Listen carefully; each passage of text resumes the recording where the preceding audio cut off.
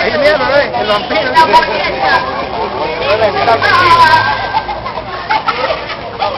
Ahí está, pues, ve. ¿Quién llegó? Llegó volando. Llegó volando.